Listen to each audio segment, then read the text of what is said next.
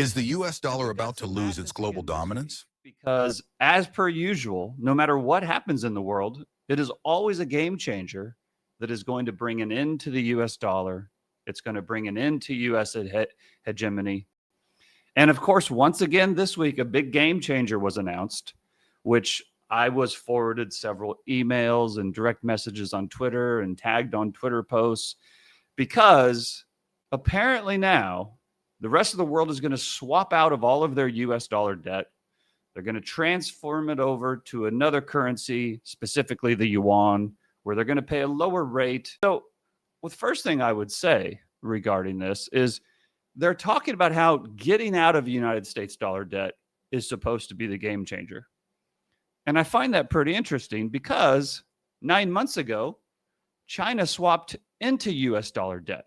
And whenever one of these things comes out, go to his feed, see what he is saying about it. And if he's not saying anything about it, forward it to him and ask him his thoughts on it because he will give you a real world answer rather than some made up theory. But why would countries want to swap out of the dollar debt? The reason rates on China's 10-year bond are so low is because they are primarily owned by local Chinese investors, Chinese banks, and the PBOC. And the reason they're doing it is because they're struggling financially and can't come up with the US dollar to service the debt. Um, but this again, Kenya, you cannot take a small emerging market country and one deal that country is working on to refinance its debt in another currency and then extrapolate it to mean that the rest of the world is going to do this or is doing this or is about to do this.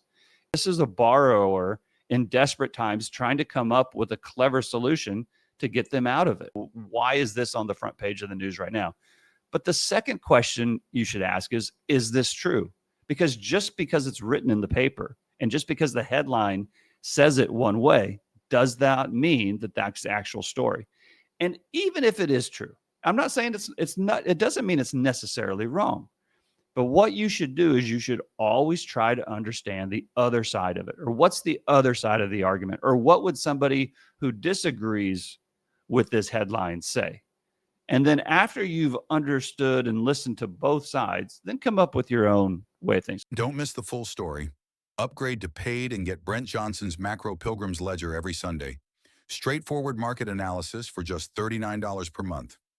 Visit research.santiagocapital.com.